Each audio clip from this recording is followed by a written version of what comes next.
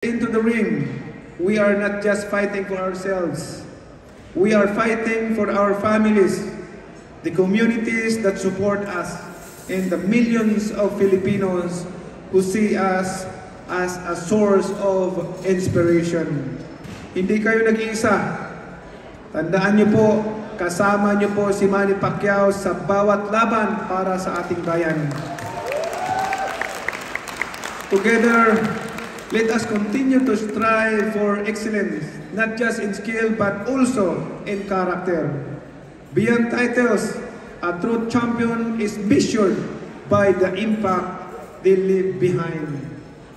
Tonight, as we celebrate your achievements, I challenge each of you to keep pushing forward, to continue inspiring others, and to never lose sight of why you started.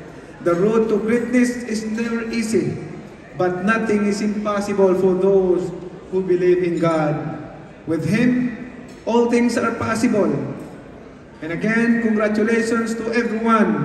May this celebration serve as a reminder that your hard work is seen, your sacrifice are valued, and your dreams are worth fighting for. Congratulations again to all of you. Let us keep dreaming and keep making our country proud. Thank you and God bless everyone. I hope you enjoy the night. Lalaban ako.